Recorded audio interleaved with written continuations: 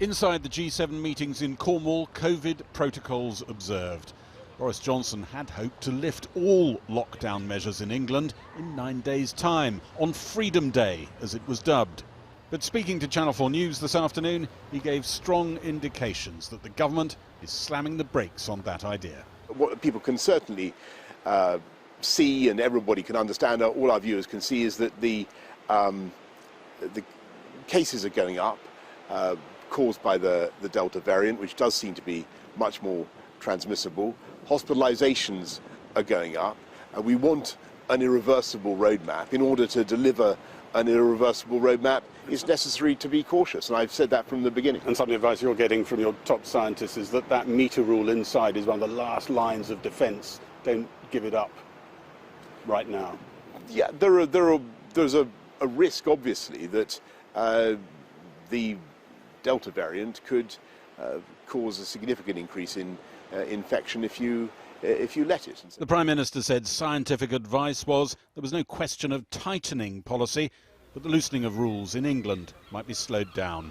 The next bay along from where the G7 is meeting, many seem resigned to waiting longer.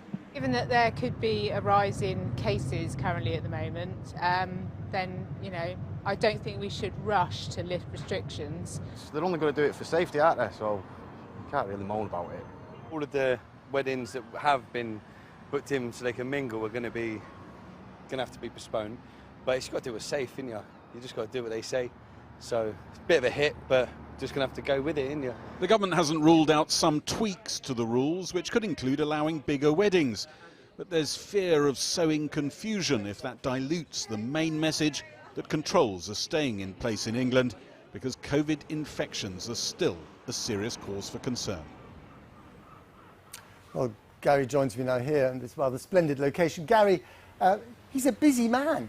How can you deal with all this? The team around the Prime Minister have segmented bits of his day.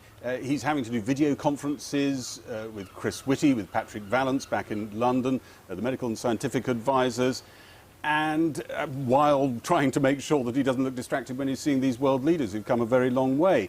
What is happening is that in those meetings, they are effectively over this weekend, him in Cornwall, them in London, signing off a plan, and there does appear to be only one proposal on the table, which is probably going to be announced on Monday night in a press conference, and it is to continue the current restrictions, probably intact, maybe with a couple of tweaks, for 4 weeks with a 2-week possible opt-out window if things look like they're going a bit better. But he is having to look at that stuff while trying to keep these international leaders amused and interested. Amused and interested. Along comes Mr. Macron, not so amused, but very interested. What's going on there? There was an extraordinary bilateral. This is a summit that is all about showing democracies get along and can do things together.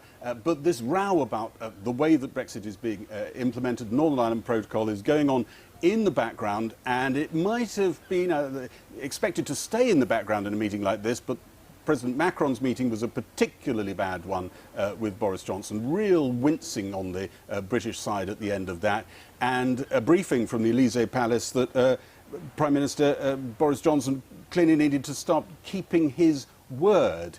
Boris Johnson in an interview suggesting that maybe some of the people he'd met today, and it did sound as though he might be pointing at President Macron, didn't understand the integrity of the United Kingdom. So a real bit of toing and froing there that you wouldn't expect on an occasion like this, a sign that this whole row is not being smoothed here but is escalating. I caught up with the Prime Minister a little earlier and I asked him about that spat and the broader purpose of this summit.